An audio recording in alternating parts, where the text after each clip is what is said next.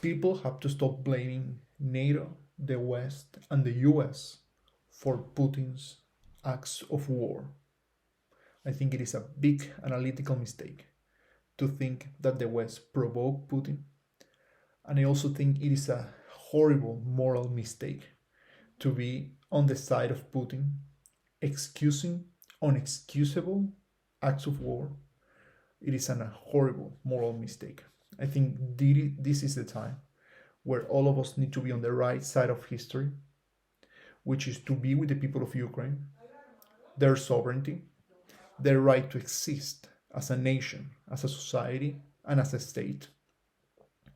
And those who, for example, believe that we provoke them, those who believe that the West provoked Russia, I have a few questions. One of them, why it took Russia so many years to respond?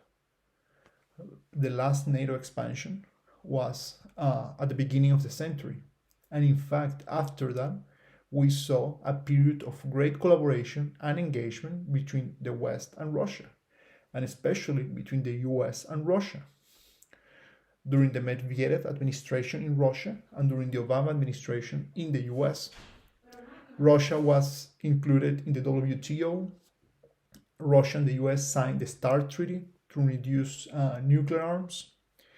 There was a lot of military cooperation, especially in Central Asia. And all that happened after NATO expansion. So if things were so bad, why we saw so much collaboration and cooperation? Second thing, when Russia illegally annexed Crimea, when they did that, NATO was a non-issue. It was a non-issue between among the NATO themselves, the members, their willingness to bring Ukraine to NATO. It was a non-issue in Russia in the sense that you can read what policymakers were saying at the time. NATO was a non-issue among policymakers, journalists, and intellectuals. And it was a non-issue in Ukraine. Public opinion was not in favor of joining NATO. Public opinion, and especially the protesters, were in favor of joining the EU, and they were mad at Yanukovych. Not because of NATO, but because they wanted to be a more Western country from the political and economic perspective. They wanted to have a much more open economy and open political system. That was it. NATO was, and again, a non-issue. And even despite that Ukraine was very neutral, Putin took Crimea and created instability in Donbass in 2014. So again, those are my questions to the people who support the NATO argument. And also there is also a normative, point as well.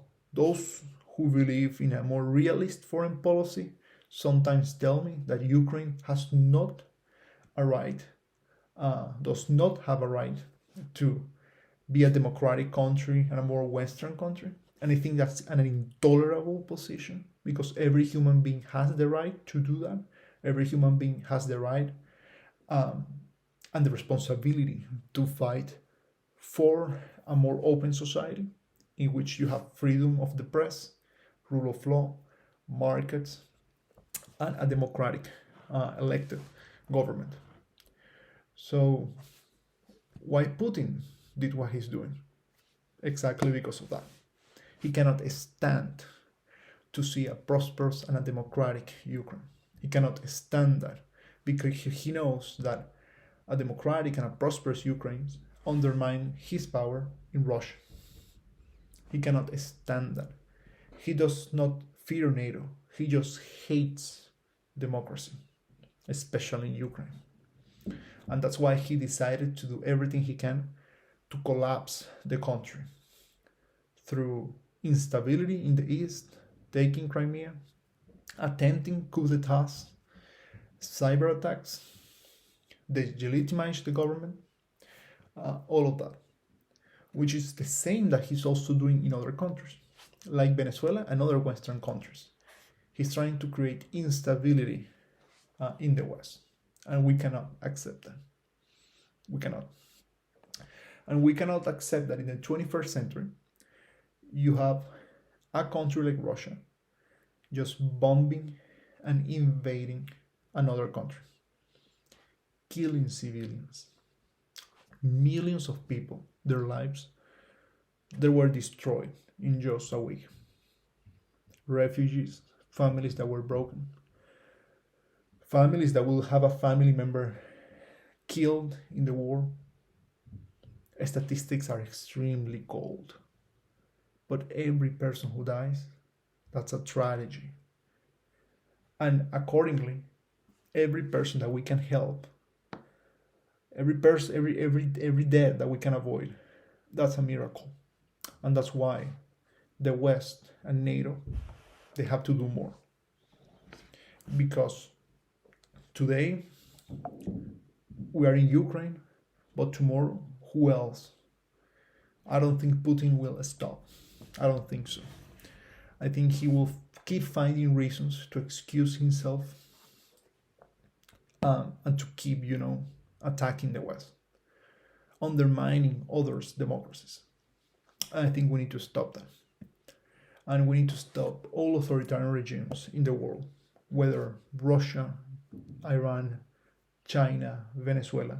They're a threat not only to their citizens, who live like slaves without any kind of freedom, but I think they're also a threat to the international system, to peace in our world, and to our own democracies, because they actively try to undermine our democracies. So this is why I want to end this video, this short video, asking everyone to go to their policymakers and demand a response, a diplomatic response, an economic response, and let's help with everything we can to the Russian people so they can defend themselves. Let's do this. Again, I don't think it is analytically correct to know and to believe that Russia is a threat. I also think it is a normative and a moral position to defend the people of Ukraine amid this situation. Someone that was born in the US could have been born in Ukraine. We need to also put ourselves on their shoes. And that's why we need to support them. That's why we need to send donations. We at my organization, Students for Liberty, we have been coordinating humanitarian aid. We have been helping people on the ground. We have been doing everything we can, really, from a communicational perspective as well, to elevate the voices of the Ukrainian people. And I personally have been doing this and have been on this topic for at least 6 months because I saw as well the level of aggression that could happen and end up happening. So let's keep supporting these people. Let's keep fighting for their freedom. And let's not forget that their fight is also a fight to all of us who believe in freedom, democracy, and sovereignty.